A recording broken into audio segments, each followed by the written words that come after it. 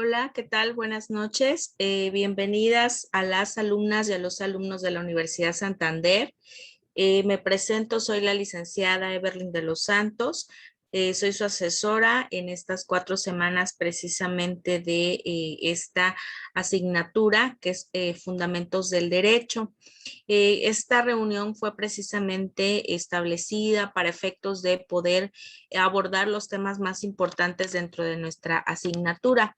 Como su propio nombre lo indica, lo que busca esta materia es establecer cuáles son aquellos conceptos, tópicos y en general todos aquellos temas que pues resultan de vital importancia para efecto de comprender a gran escala nuestra profesión. Como ustedes saben, pues el derecho en este caso tiene antecedentes directos en Roma y este tiene y cuenta con una vasta situación y características de principios. Por lo cual nosotros en esta asignatura pues vemos desde lo más elemental, lo más básico, para efecto que en el desarrollo de precisamente esta carrera ustedes puedan ir entendiendo paso a paso de dónde surgen, cuáles son las fuentes, cuáles son los antecedentes de las cuales deviene precisamente pues nuestra materia. Es importante primero que nada decir que el derecho es una ciencia social que busca precisamente pues establecer las normas jurídicas adecuadas para poder digamos, organizar la sociedad y también para efecto de normar la conducta externa de los hombres en sociedad. El Estado tiene un fin primordial, el fin primordial del Estado en este caso, pues es precisamente lograr el bien común. ¿Y cómo se logra el bien común? Pues obviamente en estricto apego a los derechos humanos de todos y cada uno de los ciudadanos. Es decir, aquí no existe discriminación, aquí no hay una característica en específico de los ciudadanos que nos pueda traer como consecuencia el hecho de que no les sean reconocidos los derechos. Entonces es importante siempre hablar de esta parte. También es importante saber por parte de ustedes que todas las personas desde el momento de nacer y ser concebidos tenemos una característica muy particular que precisamente nos hace diferentes de los animales. Podemos hablar en este caso de una dignidad humana. ¿Qué significa la dignidad humana? No es otra cosa más que el valor de ser una persona reconocida con derechos y obligaciones y que por ese simple hecho entonces todas las autoridades en el ámbito de sus atribuciones y facultades nos tienen que garantizar el acceso a la justicia y obviamente el derecho que nosotros tenemos como la vida, la salud, el trabajo, la vivienda, etcétera, ¿no? Entonces, eso es una parte fundamental para entender de dónde surgen precisamente estos derechos y de dónde surge precisamente también esta situación de poder hablar, ¿no? De estos fundamentos del derecho. Entonces, esta reunión se pues programa precisamente para eso, para abordar los temas más importantes de nuestra asignatura y estar entonces en la posibilidad de poder entender a mayor medida cuáles son estos conceptos básicos que nosotros tenemos, qué es lo que estamos buscando precisamente al momento de entrar en estudio de los fundamentos del derecho, porque en muchas ocasiones tenemos esa duda, bueno, y entonces, ¿qué es lo que se busca precisamente al hablar de los fundamentos? Como sabemos, fundamentos, pues en este caso, quiere decir que pues es el antecedente, quiere decir que es el origen, quiere decir que es todo esto que nosotros podemos hablar de manera general. Hola, ¿está por ahí Gaby de la Cruz? Hola, ¿qué tal? Sí, aquí estoy. Hola, Lee, buenas noches, bienvenida. Gracias. Gracias. También por ahí creo que está el compañero Héctor Sachiñas. ¿Me escuchas, Lick? Hola. Bien, creo que el compañero por ahí tiene alguna situación. No me escucha, creo. Bien, bueno, entonces, como decía, precisamente esta asignatura es para entender de dónde surgen estos conceptos y estos antecedentes directos del derecho. En este caso hay que recordar que precisamente el Imperio Romano es quien tiene esta, digamos, hazaña, ¿no? De hablar que fueron la primera sociedad que se involucró y que obviamente pues también se preocupó por tener un orden jurídico. Precisamente por eso nuestro derecho es considerado directamente como un antecedente del Imperio Romano. A través de este se establecieron figuras esenciales como el pater familias, podemos hablar de los filius, podemos hablar en este caso de las adopciones, podemos hablar en este caso también del matrimonio, las esponsales, es decir, hay muchas figuras jurídicas que actualmente nosotros tenemos que son precisamente emanadas de este imperio romano. Pero también es importante aludir en el hecho de decir que el derecho no es estático. El derecho ha ido cambiando conforme se lo ha requerido la sociedad. Es decir, las normas jurídicas del derecho siempre van a responder a la necesidad de la sociedad. El derecho no puede ser estático, tiene que ser dinámico y tiene que avanzar conforme va avanzando, en este caso, la sociedad. Compañero Héctor Sachiñas, ¿ya me escucha? Buenas noches. Hola. Hola, buenas noches. Mi nombre es Leonor Nayeli Hernández Dina. Lo que pasa es que habían utilizado la computadora en otra ocasión y no cambiamos el nombre. No se preocupe, Ley. Bienvenida No, me entonces. escucha muy bien, gracias. Bien, gracias. Muchas gracias. Bueno, entonces, como decíamos, en este caso, pues lo importante es saber cuáles son las características de estas normas jurídicas que forman parte del derecho. Ustedes saben, y yo sé que lo han escuchado, precisamente las normas jurídicas tienen características. ¿Cuáles son esas características? Las normas jurídicas son heterónomas, quiere decir que estas son creadas por organismos u autoridades específicas. México está dividido en tres poderes: ejecutivo, legislativo y judicial. El ejecutivo a cargo precisamente del presidente de la República, el legislativo a cargo del Congreso de la Unión, obviamente dividida en Cámara de Diputados y de Senadores, y el Poder Judicial, quien vela realmente la aplicación, en este caso, de las leyes, y que es en este caso el Poder Judicial de la Federación. Entonces, en este sentido, estas normas jurídicas emanan precisamente de un proceso legislativo. Ustedes saben que para que pueda llevarse a cabo una ley como tal y ser reconocida y ser contenida en una ley o en un código, primero tiene que existir algo que se llama iniciativa de ley.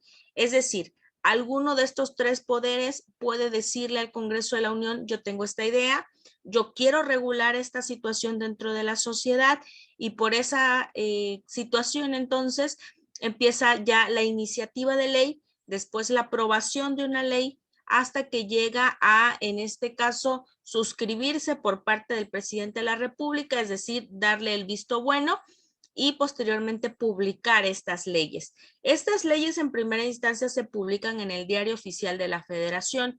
Ustedes saben que en el Diario Oficial de la Federación es a través del cual el documento de manera nacional nos hace saber a nosotros como ciudadanos, independientemente de que seamos abogados o no, cuáles son las leyes que están aprobadas y cuáles han sido modificadas. Entonces, en ese sentido, es que las normas jurídicas son heterónomas. Podemos decir también que estas normas jurídicas son flexibles. ¿Qué significa flexibles? Que estas pueden ir cambiando a lo largo del tiempo. Es decir, estas no permanecen estáticas.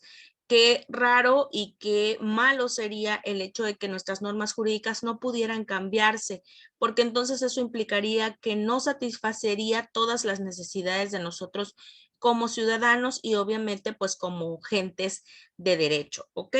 Las normas jurídicas son bilaterales. ¿Qué significa bilateralidad? Su nombre lo indica, dos, es decir, hay una persona que tiene que cumplir la norma jurídica y hay una persona que está obligada a supervisar la norma jurídica. Por eso hablamos de una bilateralidad. Son dos partes que están en juego, una que observa y una que está obligada a cumplirla. Hablamos también que las normas jurídicas son obligatorias. Las normas jurídicas no están para decir, ¿será que la puedo cumplir? ¿Será que no la puedo cumplir? No. Cuando un ciudadano precisamente incumple más bien también esta situación de una norma jurídica, nosotros sabemos que podemos caer en un delito. El caso más, digamos, pues sonado, o el caso más común dentro de la sociedad mexicana, yo siempre pongo este ejemplo, es el SAT, ¿no?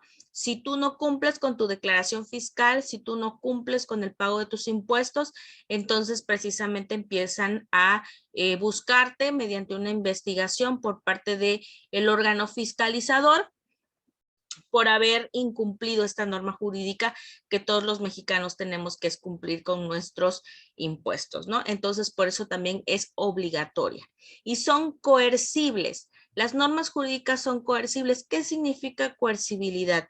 Es decir, el Estado, a través de su autoridad, tiene la obligación de hacer cumplir las normas jurídicas. Aquí no está a libre albedrío de la persona de decir, la voy a cumplir, no la voy a cumplir, no.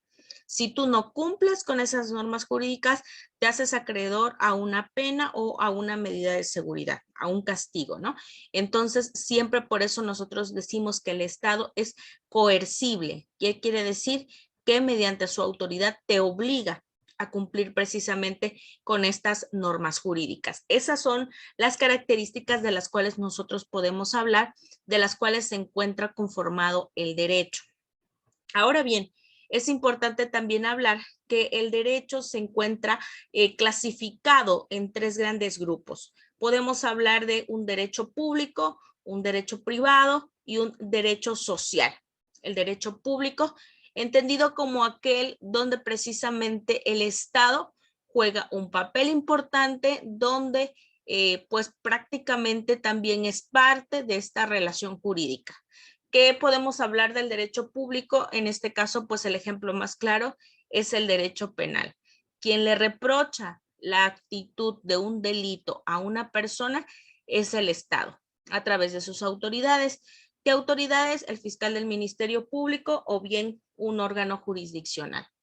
Podemos hablar del derecho privado. El derecho privado, el Estado no tiene ninguna injerencia, es decir, no forma parte de la relación jurídica, sino está como mero espectador, como mero árbitro. Entonces, no entra en juego dentro de la relación jurídica, solamente vela porque ambas partes que estén obligadas precisamente a cumplir con derechos y obligaciones, cumplan. Ejemplo claro del derecho privado, el derecho civil, en este caso, la celebración de contratos, la celebración de un matrimonio, la celebración de una compraventa, es decir, es entre particulares nada más.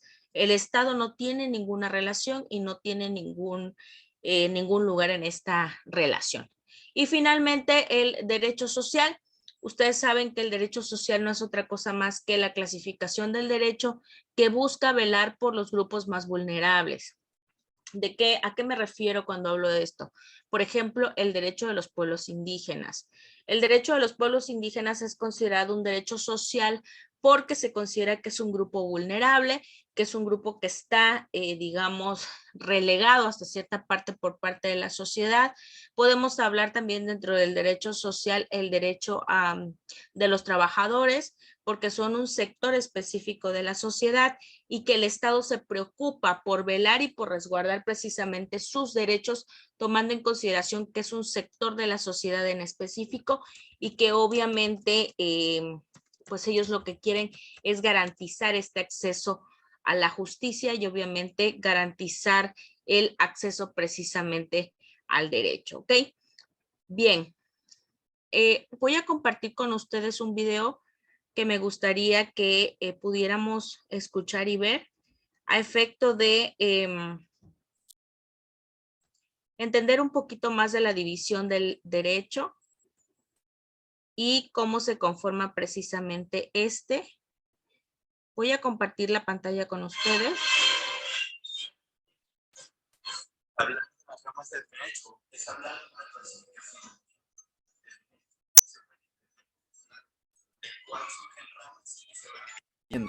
En las tres primeras grandes divisiones tenemos el derecho público, el derecho privado y en una doctrina más novedosa, el derecho social.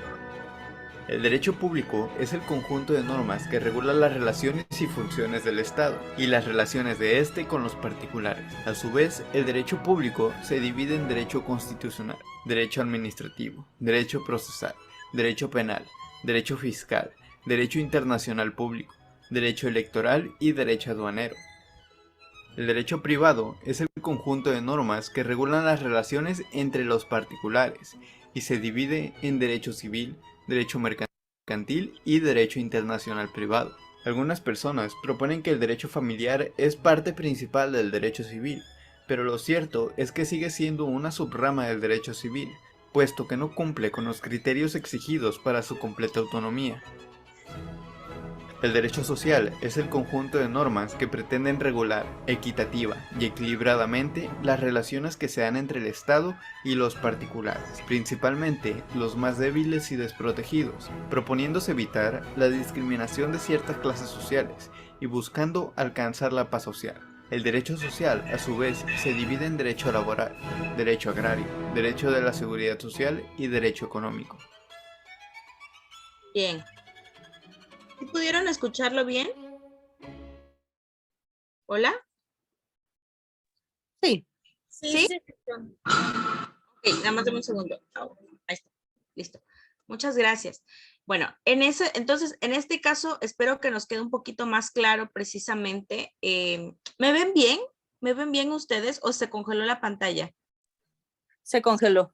Está Ok. congelada. Sí, de hecho ya lo vi, no sé por qué se me congeló la pantalla. Bueno, ¿pero sí pudieron ver el video o nada más lo escucharon? No, sí se pudo ver, maestra. El ¿Sí? video Ah, se bueno. vio. Muchas gracias, listo, ya quedó. Gracias. Bien, entonces, aquí lo que buscamos es obviamente hacer esta diferencia, que ustedes puedan entender que estas tres clasificaciones del derecho son porque cada tipo de clasificación busca precisamente a través de las normas jurídicas resguardar a cierto sector de la población. Derecho público, como lo dijimos, ahí el Estado es directamente parte de la relación jurídica. Derecho privado solamente es entre particulares, el Estado solamente es mero observador, es un árbitro, y finalmente el derecho social, ahí sí el Estado también pues entra precisamente a vigilar que se cumplan con los derechos de los grupos vulnerables. Sobre todo hablando, por ejemplo, de derechos indígenas, derechos de las mujeres, derechos de los trabajadores, derechos agrarios, porque se considera que son grupos vulnerables que en muchas ocasiones sufren de discriminación desgraciadamente en la sociedad, y es entonces donde entra la acción del Estado de decir, bueno, yo tengo la obligación de proteger aún más los derechos de estas personas, de este sector de la sociedad, y lo que busco es garantizarlo a través de leyes especiales. Ustedes saben que existe una ley federal del trabajo, que existe una ley federal agraria, que existe, por ejemplo, la ley del seguro social, sobre todo, ¿no? Entonces, sí es importante que nosotros podamos hablar de esta situación. También otro de los temas importantes dentro de nuestra asignatura es el hablar de las fuentes del derecho. Ustedes saben que al hablar de una fuente, lo primero que viene a nuestra mente es de dónde emana, ¿no? ¿Cuál es el inicio? ¿Cuál es el origen precisamente de las normas jurídicas? Pues bien, en nuestro derecho podemos hablar de tres formas específicas o de las más importantes de las fuentes del derecho, que son las fuentes reales, las fuentes formales y las fuentes históricas. Cada una de estas fuentes tiene sus particularidades. En México, todo lo que esté relacionado con el derecho, hablamos en este caso, por ejemplo, de leyes, doctrinas, podemos hablar también en este caso de la costumbre, que también es una fuente del derecho, podemos hablar de la jurisprudencia que emite la Suprema Corte de Justicia de la Nación, y también podemos hablar precisamente de esta situación de los criterios que otorga la Suprema Corte de Justicia de la Nación. Entonces, en ese sentido, es importante que ustedes tengan bien claro qué es lo que persiguen estas fuentes. Al final del día, lo que quiere decir es de dónde emanan. Por ejemplo, cuando hablamos de fuentes del derecho formales, podemos hablar de una ley, ¿ok? Una ley que se encuentra establecida, una ley que se encuentra publicada. Por ejemplo, podemos hablar de la Ley General de Víctimas, ¿no? Esa es una fuente del derecho. Podemos hablar también de una fuente real. Cuando nosotros hablamos de una fuente real, son todas aquellas digamos, sucesos históricos que hemos tenido a lo largo de nuestra historia en el país. Hablamos de una independencia, hablamos de una revolución, ¿no? Que precisamente han surgido con el cambio social. A eso nos referimos cuando hablamos precisamente de una fuente real. Una fuente consuetudinaria, bueno, las fuentes consuetudinarias no son otra cosa más que aquellas que se han hecho a través de la costumbre. Ustedes saben que el artículo 2 de la Constitución Política de los Estados Unidos Mexicanos reconoce necesariamente los usos y costumbres de los pueblos indígenas, pues esos usos y esas costumbres dan origen precisamente a leyes específicas. Por eso podemos hablar de fuentes consuetudinarias, quiere decir costumbre, ¿ok? Voy a compartir con ustedes una presentación de PowerPoint, denme un segundo. A ver.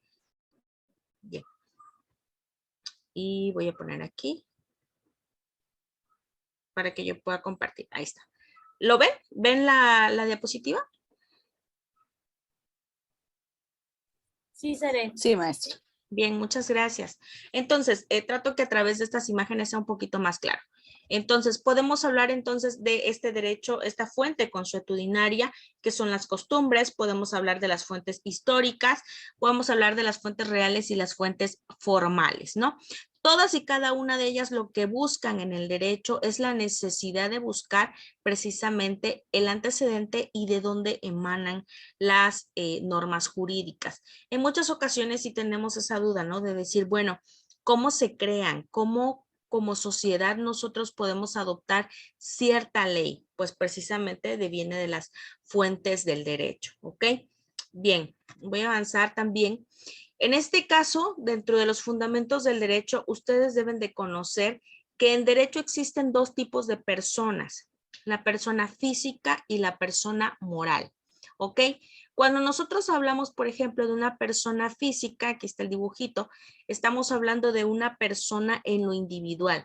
Es decir, por ejemplo, su servidora tiene un nombre, tiene una nacionalidad, tiene un domicilio y tengo un estado civil. Esos atributos son mis atributos de la personalidad como persona física, es decir, como persona única, irrepetible dentro de esta sociedad mexicana. Pero también existe algo que se llama persona moral. La persona moral no es otra cosa más que el conjunto de personas físicas que buscan un objetivo en común. Ejemplos de personas morales. Podemos hablar de una asociación, podemos hablar de una sociedad, podemos hablar de un negocio, podemos hablar de una institución. Ahora bien, esta persona moral, al igual que la persona física, tiene atributos específicos de la personalidad. ¿Cuáles son estos atributos de la personalidad hablando de una persona moral? En vez de tener un nombre propio con apellido, se le nombra razón social. Por ejemplo, una sociedad civil, ¿no? Pues tiene un nombre. O por ejemplo, hablamos de un negocio, por ejemplo, Liverpool, ¿no? Este tiene una razón social, no es un nombre propio. Nombre propio solo tenemos las personas físicas, ¿ok? La persona moral también tiene una nacionalidad, es decir, de dónde son. O sea, todos tenemos una nacionalidad, incluso la persona moral.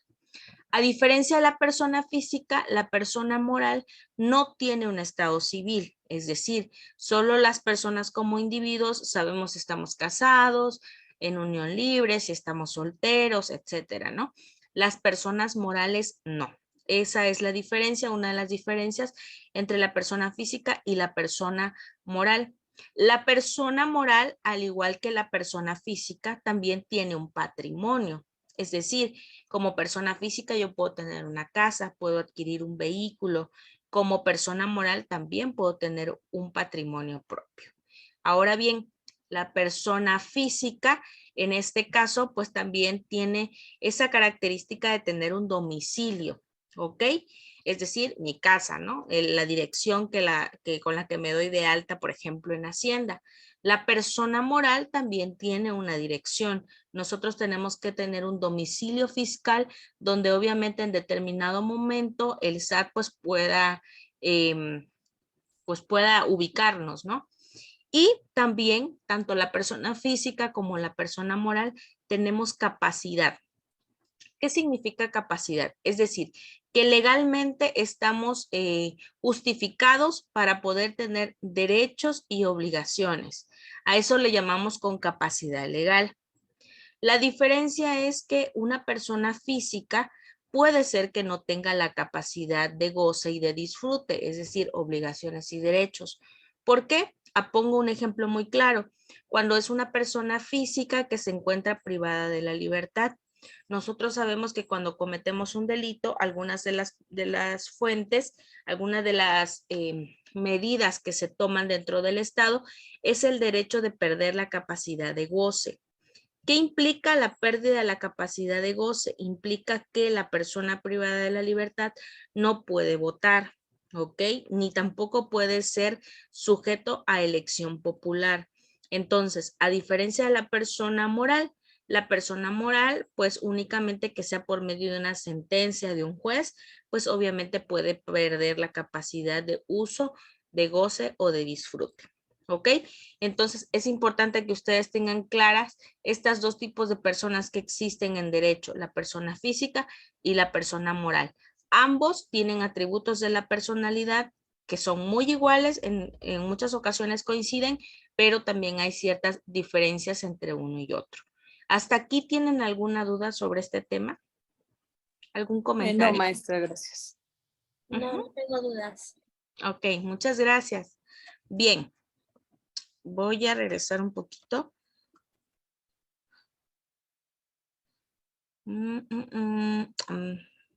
Ok. Nada más un segundo porque quiero hablar precisamente de las diferentes normas que existen, bueno, y también cómo conocemos nosotros y cómo se relaciona el derecho, la sociedad, la ciencia y la ciencia jurídica. Como ustedes saben, el derecho no es otra cosa más que el conjunto de normas jurídicas que regula la conducta externa del hombre en sociedad, precisamente para buscar un bien común a través del Estado. Bien, nosotros como seres humanos por naturaleza somos sociables, es decir, tenemos necesariamente que interactuar con una persona. Desde el momento en el que nosotros nacemos, pertenecemos a un grupo social. ¿Cuál es el primer grupo social al que pertenecemos cuando nacemos? ¿Alguien me puede decir? La familia. Exacto, así es, Lick, muchas gracias. La familia es el primer grupo que es llamado grupo primario al cual nosotros pertenecemos desde nacer. Quiere decir que en este caso tenemos una filiación. ¿Qué es una filiación? Es decir, pertenecemos a un apellido, pertenecemos a una familia. El núcleo de la sociedad es la familia, ahí es donde nos educan, ahí es donde aprendemos el respeto, ahí es donde obviamente nos inculcan los valores y los principios que tenemos como persona. Como somos seres sociales, precisamente el derecho es quien regula estas conductas y esta convivencia que tenemos para garantizar que no se nos violenten los derechos. Pero también el derecho es considerado una ciencia. ¿Qué implica ser una ciencia? Es decir, un conjunto de principios, normas, valores y conocimientos. Pero el derecho no es una ciencia científica. En este caso, la ciencia exacta, por así decirlo, es aquella que tiene postulados y que obviamente es susceptible de que exista una cuantificación, hablando de números. El derecho no es una ciencia exacta, el derecho es una ciencia social. ¿Por qué? Porque busca analizar y precisamente estudiar fenómenos sociológicos. Es decir, cómo reaccionamos nosotros al momento de que se nos impone una norma jurídica, un reglamento o un mandato, de lo cual ahorita vamos a entrar en detalle. Entonces, por eso nosotros decimos que el derecho es una ciencia social y pues también una ciencia jurídica, ¿ok? Aquí dice ciencia jurídica es la ciencia social que se encarga del estudio del derecho positivo, es decir, el derecho que actualmente está vigente, que está codificado y que está legislado. ¿Ok? Su interpretación, su integración y sistematización de un ordenamiento jurídico para su justa aplicación, también llamada dogmática jurídica. Es otro de los nombres que pues precisamente recibe nuestro derecho. ¿Ok? Bien. Bien, aquí vamos a hablar de las normas jurídicas. ¿Qué son las normas jurídicas? Como nosotros decíamos, pues las características son la bilateralidad, son dos partes, son obligatorias, no podemos pues poder decir no lo voy a cumplir, por el contrario.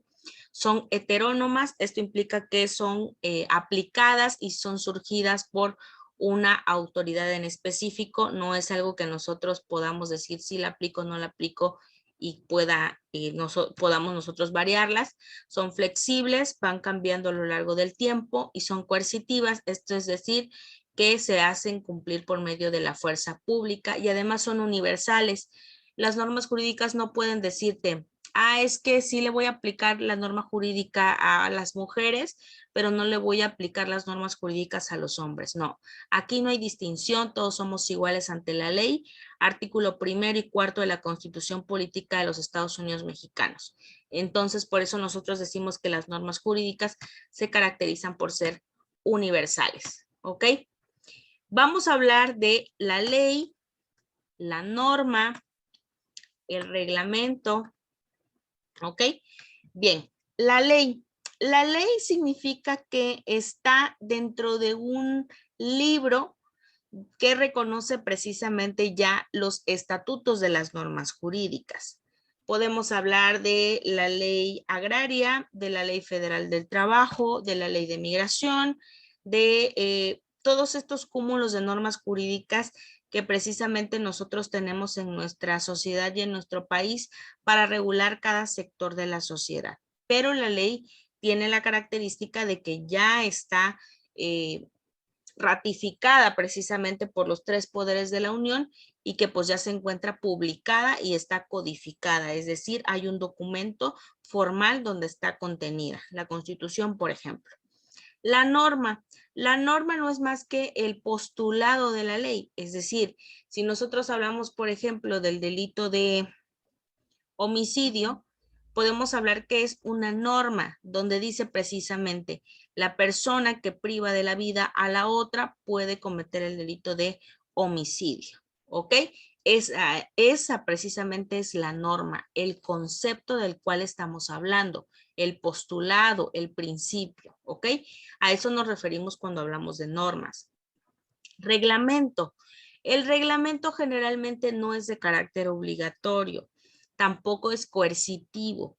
El reglamento solamente se da en ciertas instituciones, en ciertas empresas, en ciertas escuelas, es decir, no es de carácter universal, solamente se va a aplicar a cierto sector de la población o en este caso a cierto sector de la sociedad donde comparten características en común, por ejemplo, en el ámbito laboral, ¿ok?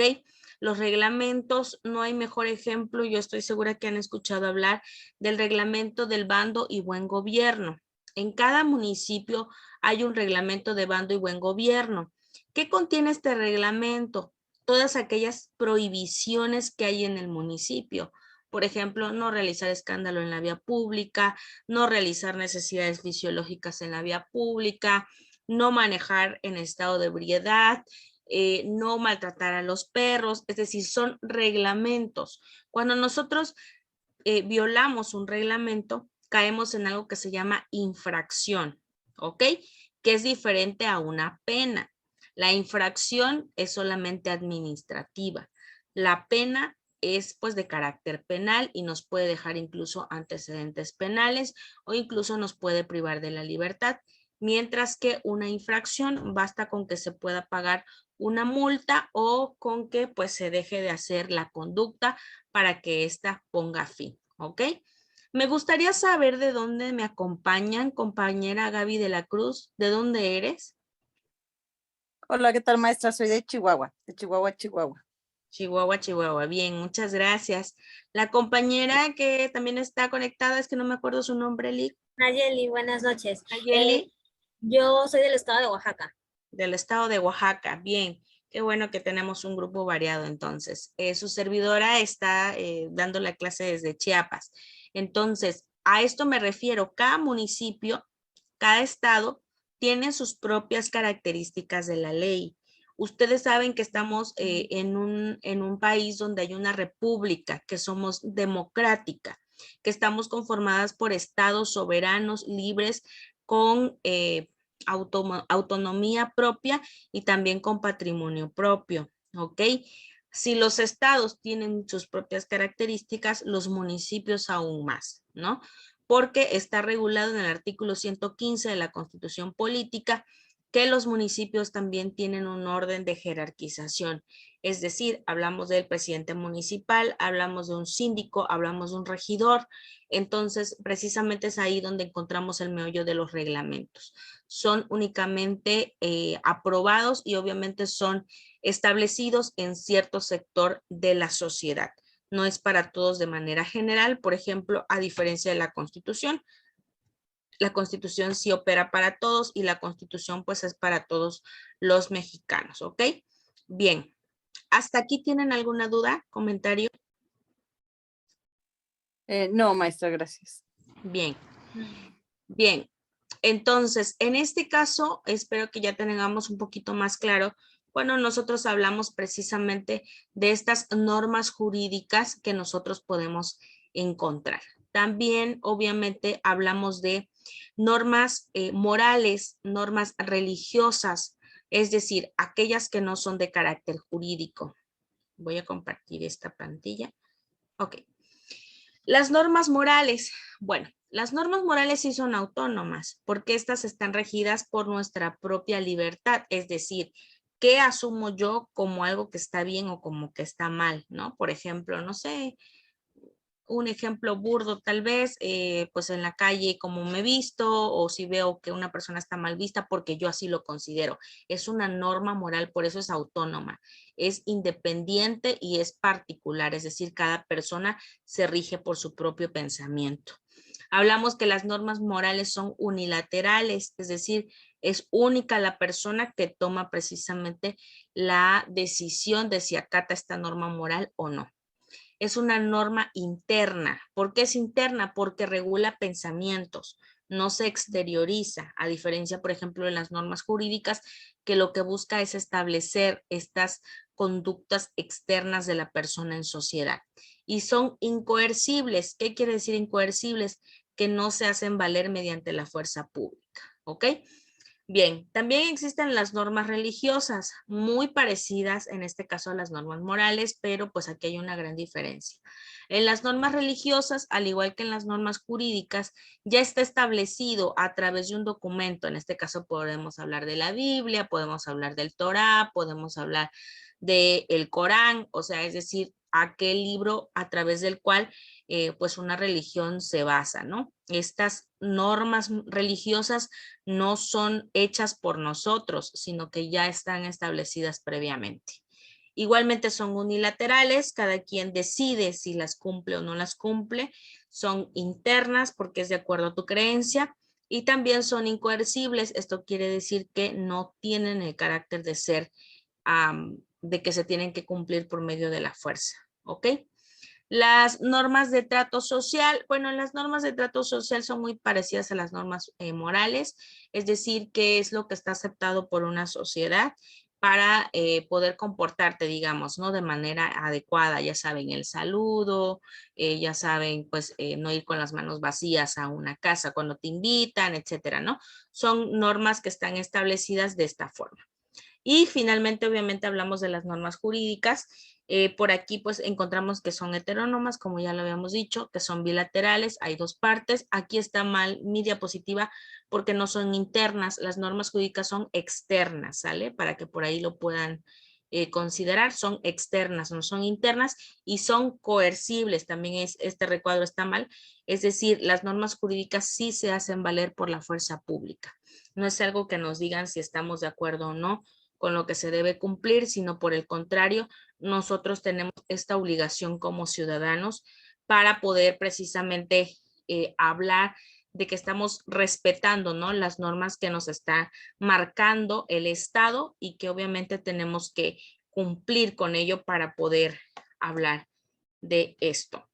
Bien. Dentro de este fundamento del derecho, nosotros podemos hablar de dos conceptos muy importantes y que muchas veces nosotros confundimos. La diferencia entre propiedad y posesión, ¿ok?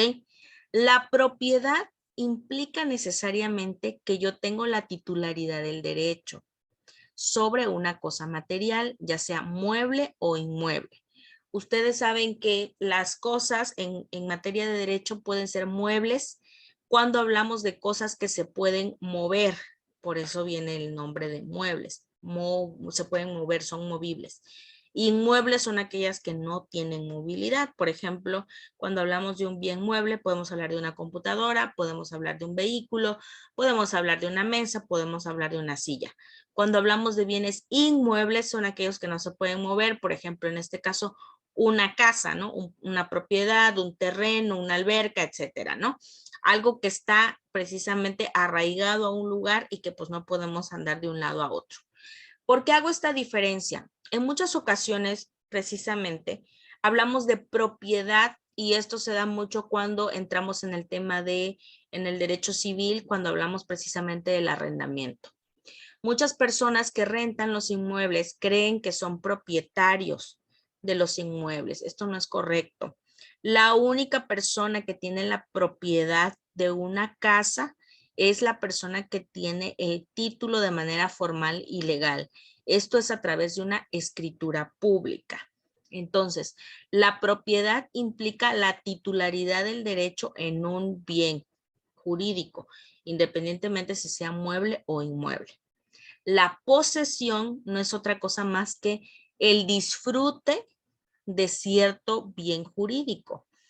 Es decir, la persona que renta es posesionario porque está dentro del bien inmueble, pero no tiene el derecho, es decir, no es propietario, únicamente goza del lugar porque está pagando una renta.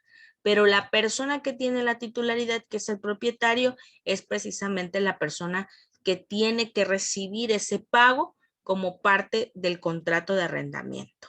Entonces, siempre es importante hacer esta diferencia entre posesión y propiedad, porque en muchas ocasiones de ahí vienen problemas civiles donde se creen con el derecho a poder, digamos, modificar, en este caso una casa, o por ejemplo, en muchas ocasiones se confunde y te dicen, es que como ya llevo más de 5 años viviendo en el lugar, pues ya soy propietario. No. Lo que pasa ahí en el derecho civil es que cuando tienes más de 5 años, tienes en este caso preferencia para que si en determinado momento el propietario busca vender el bien, lo que se hace es tomarte en consideración en un primer término. Es decir, se te avisa, ¿sabes qué? Voy a vender mi casa y entonces estoy buscando si tú pues estás interesado. Se le da ese privilegio, esa preferencia, pero eso no quiere decir que ellos sean propietarios del bien inmueble, ¿no?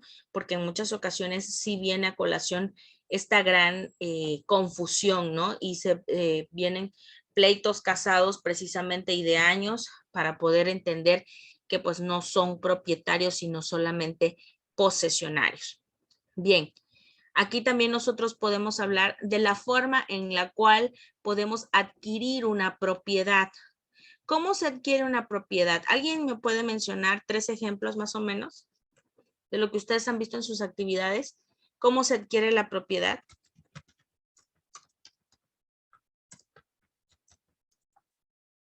¿Alguien? ¿Alguien ya avanzó en ese tema?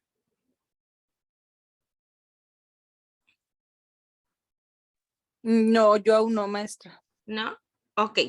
Bueno, las formas en las cuales puedes adquirir una propiedad son muy simples.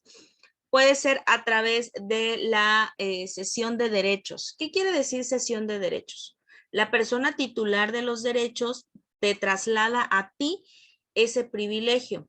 El caso y el claro caso más sonado en este caso es cuando compramos un vehículo. Cuando compramos un vehículo nos hacen una cesión de derechos. ¿Por qué? Porque acuérdense que estos derechos se trasladan a través de la carta factura. Cuando tú compras un automóvil, te endosan la factura, ¿ok? Es decir, te ceden los derechos. La persona que era propietaria te pone a ti con tu nombre, tu firma, la fecha, ¿no? Y cuando te está entregando la carta factura del vehículo. Entonces, a este acto le llamamos cesión de derechos. La propiedad también se puede adquirir a través precisamente de la celebración de un contrato de compraventa, que no es otra cosa más que el acuerdo de voluntades entre el comprador y el vendedor.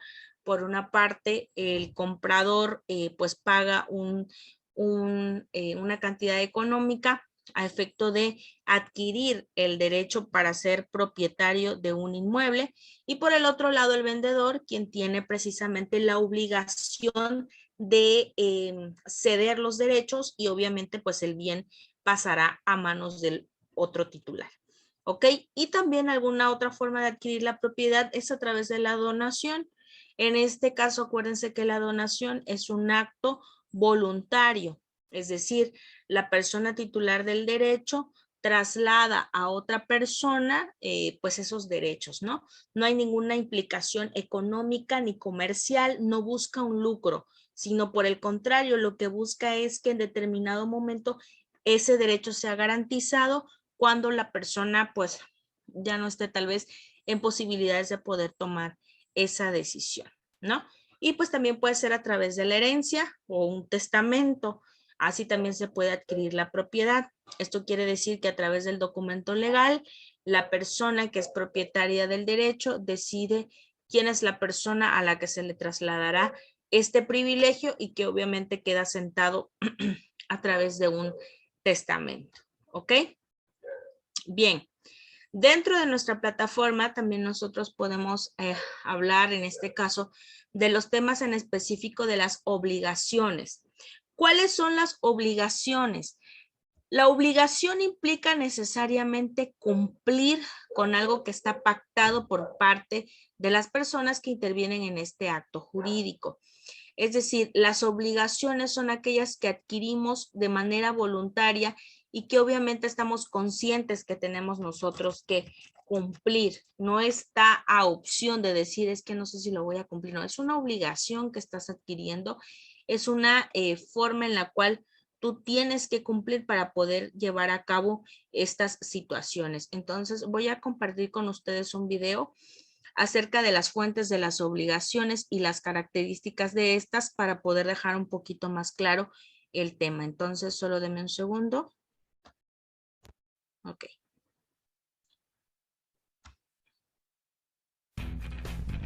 ¿Qué tal? Bienvenidos a un nuevo video de Jurídicamente. En esta ocasión vamos a hablar de las obligaciones civiles, de forma específica de sus fuentes. Como habíamos mencionado en un video anterior, la palabra fuente se refiere al origen de alguna cosa. Ahora bien, hablando de las obligaciones civiles, estas también tienen sus fuentes de diversos actos o hechos jurídicos que producen consecuencias. Primero que nada, debemos definir qué se debe entender por una obligación. La palabra obligación proviene del latín obligare u obligatio, que significa alrededor, y ligare, que expresa la acción de atar.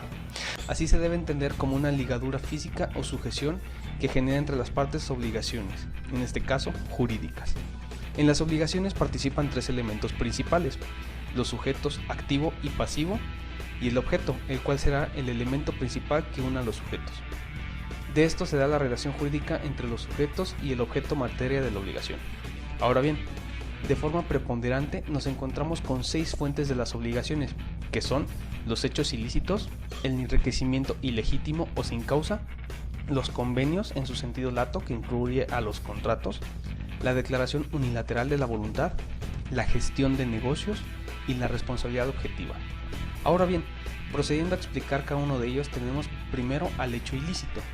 Como tal, en materia civil, es toda conducta antijurídica ejecutada por un sujeto con dolo o culpa que provoca un daño a otra persona, que puede exigir la reparación del daño. Para que proceda la indemnización a causa del daño producido por un hecho ilícito, no se requiere la existencia de un delito, ya que basta que se obre ilícitamente y se cause un daño. Por otra parte, el enriquecimiento ilegítimo se comprende como cualquier tipo de enriquecimiento que sea dado a costa del sacrificio de otra persona sin que exista una causa jurídica que justifique dicho empobrecimiento. En estos casos, el derecho impone al beneficiado la obligación de restituir el importe de su enriquecimiento hasta el monto del empobrecimiento ajeno. Por ejemplo, un depósito mal realizado puede ser reclamado en esta causa de obligación. Los convenios como fuentes de las obligaciones son aquellos acuerdos de voluntades entre dos o más personas en los que se da un objeto sobre el que recaerá, el cual puede crear, modificar o extinguir derechos u obligaciones. La declaración unilateral de la voluntad es una fuente de obligaciones en la medida en que la persona que exprese su voluntad de obligarse está manifestando o declarando sobre derechos u obligaciones que le sean propios. Como ejemplo de este tipo de fuente de obligación es el testamento o las ofertas públicas. La gestión de negocios se considera una fuente de obligación cuando existe la intromisión intencional de una persona que carece de mandato y de obligación legal en los asuntos de otra, con el propósito altruista de evitarle daños o de producirle beneficios. La responsabilidad objetiva se da sobre los propietarios, sobre aquellas personas que usen objetos que por su naturaleza son peligrosas, siendo en este caso responsable de los daños que se causen aún obrando de buena fe. Se diferencia de la responsabilidad subjetiva en tanto que esta última se basa en la culpa o negligencia del sujeto, mientras que la objetiva procede solo por la posibilidad de daño que implica el objeto por sí mismo. Bueno, esto es todo por este video. Si les gustó, no olviden dejar su like y suscribirse. Bien, entonces, en este caso nosotros podemos hablar de estas obligaciones. ¿De dónde emanan? ¿Qué es lo que hacemos cuando hablamos de las obligaciones? Ahí está. ¿Qué es lo que nosotros entendemos cuando hablamos de las obligaciones? Todos aquellos actos jurídicos, a través de los cuales se tiene la necesidad de cumplir con algo que nos es mandatado, ¿no? Por eso nosotros hablamos de obligaciones jurídicas. Y aquí también es importante hacer una distinción fundamental. En muchas ocasiones podemos confundir, ¿no? Cuando nosotros hablamos de convenios y contratos, son dos cosas totalmente distintas. Parecen en este caso iguales o a veces los utilizamos incluso como sinónimo, pero obviamente es diferente.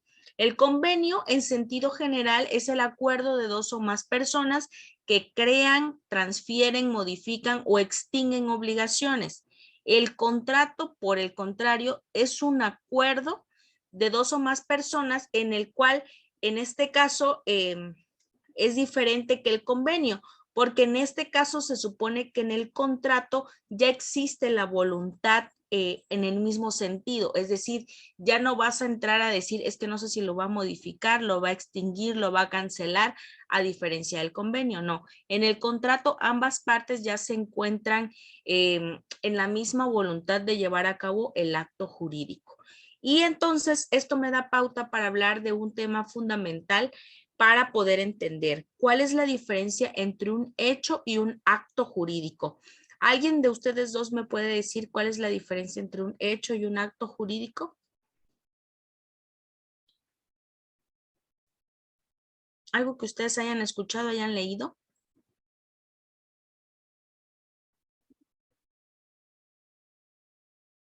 ¿No? Bien. La diferencia entre un hecho y un acto jurídico es muy simple. El hecho jurídico es todo aquella situación o circunstancia que necesariamente causa un cambio jurídico, pero que no está a nuestra disposición ni a nuestra voluntad. Por ejemplo, cuando hablo de una guerra, cuando hay guerras, ustedes saben que el Estado cesa todos los derechos humanos, es decir, hay un cambio jurídico, pero no es algo que yo como ciudadano pueda controlar. Es un fenómeno que necesariamente sucede, que yo no puedo tener la voluntad de decir si se va a hacer o no se va a hacer. Entonces, por eso estamos hablando de un hecho jurídico. Es un hecho que modifica jurídicamente los derechos, pero que no tengo la voluntad para poder controlarlo. A diferencia de un acto jurídico. En un acto jurídico como persona, sí tengo la voluntad de poder cambiar la situación. Un ejemplo muy claro, en este caso, el matrimonio. Cuando nosotros obviamente entramos a este estado civil de casado, primero que nada es un contrato. El matrimonio es un contrato. En segundo término, debe decirse que hay un acuerdo de voluntades, es decir, ambas partes están de acuerdo en modificar su estado civil. Y en tercer lugar, quiere decir que este acto jurídico que yo estoy llevando a cabo, que es el matrimonio, hay un acuerdo de voluntades, es decir, yo estoy consciente de la decisión que estoy tomando y también puedo modificar en este caso mis derechos. A eso le llamamos actos jurídicos. Otros ejemplos de actos jurídicos son la donación, la adopción, el contrato de compraventa, el contrato de arrendamiento. Es decir, las personas están de acuerdo en su voluntad para poder celebrar el acto jurídico. En el hecho jurídico no. En el hecho jurídico podemos hablar también de una pandemia, podemos hablar de una catástrofe natural, podemos hablar de un terremoto, podemos hablar de un accidente. Es decir, algo que está fuera de nuestra voluntad para que se pueda llevar a cabo o no. ¿Ok? Esa es la diferencia entre un acto jurídico y un hecho jurídico y que precisamente viene a colación con la situación de los contratos y los convenios. Para que los contratos y los convenios tengan plena validez, tiene que existir, en este caso, el acuerdo de voluntades. Es decir, no puede haber ningún vicio de la voluntad. ¿Cuáles son los vicios de la voluntad? La mala fe, el dolo, el error. En este caso, cuando nosotros hablamos de mala fe, quiere decir que alguna de las dos partes que intervienen en ese convenio está actuando de manera ventajosa, es decir, está buscando una ventaja sobre la voluntad de la otra persona, ¿ok? Por ejemplo, si sabemos que es una persona de la tercera edad que no sabe leer y la hacemos firmar, estamos hablando de mala fe. ¿Por qué? Porque ya sabemos que hay una condición de vulnerabilidad donde la otra persona tal vez no está entendiendo lo que está firmando. Entonces, ahí hay un vicio de la voluntad porque la persona de la tercera edad no tiene ni idea de lo que está firmando. Cuando nosotros hablamos de dolo, hablamos de un vicio de la voluntad donde una de las partes está actuando de manera premeditada. Es decir, ya lo tengo planeado, ya lo tengo previsto, ya lo maquiné. Es decir, ¿no? Entonces, hay también esta desventaja por parte de la persona que está celebrando el acto jurídico y que no sabe que, por ejemplo, la casa que le están vendiendo se inunda, ¿no? Entonces, estás obrando con dolo porque sabes que hay alguna situación de desventaja por ese bien jurídico que tú estás vendiendo, ¿no? Entonces, por eso hablamos de dolo. Y en este caso podemos hablar incluso de error. ¿Qué significa error? Error es cuando la persona, una de las dos personas que está celebrando el acto jurídico, no se percata de que puede haber, por ejemplo, alguna cuestión de ilicitud. Es decir, por ejemplo, que el carro que tú estás comprando, tú no sabes que es un auto robado, ¿ok? Estás cayendo en un error y también pues hay un vicio de la voluntad, en este caso, obrando de mala fe y de dolo de parte de la persona si sabe que es un carro que está robado, ¿no? Hasta aquí, chicas, ¿tienen alguna duda de esto que hemos visto o de algún tema de la plataforma? ¿Algo que me quieran comentar? No, maestra, gracias. Yo estoy bien. Solo que no he avanzado todavía, pero hasta donde voy está muy claro. Bien, gracias. ¿Compañera? Yo igual, de momento no tengo ninguna duda. Ok, bien, entonces eso me alegra. Yo nada más también les recuerdo, nuestra plataforma ya se cierra este domingo a las 12 de la noche. Es la última oportunidad que tenemos para hacer todas nuestras actividades. Obviamente, pues su servidora va calificando conforme también voy avanzando porque pues somos bastantes los alumnos que estamos en la plataforma. Entonces, para el día lunes sus calificaciones ya están modificadas para que ustedes puedan checarlas y puedan verificarlas en la plataforma. Si tienen alguna duda, saben que quedo a su disposición en mi correo institucional evsantos @unisan.edu.mx o bien a través de la retroalimentación de la plataforma. Me pueden escribir si tienen alguna duda. Lick, no puedo subir este trabajo. Lick, tengo alguna duda. entonces ya me pongo en contacto con ustedes para poder verificar la actividad. ¿Sale? Si no hay otro comentario de mi parte sería todo el día de hoy porque nuestra plataforma se cierra a la hora, más bien la sesión se nos va a cerrar. ¿Algún otro comentario? Nada más agradecerle, maestra, y pues estaré atenta por las vías que usted nos comenta. Claro, muchas gracias. Muchas gracias. Gaby. No, a usted. Gracias a usted, maestra. Bien, entonces me despido, que tengan muy buena noche y me gustó mucho interactuar con ustedes. Gracias por venir de manera puntual a la clase. Que tengan buena noche. Gracias igualmente, saludos. Hasta luego, saludos.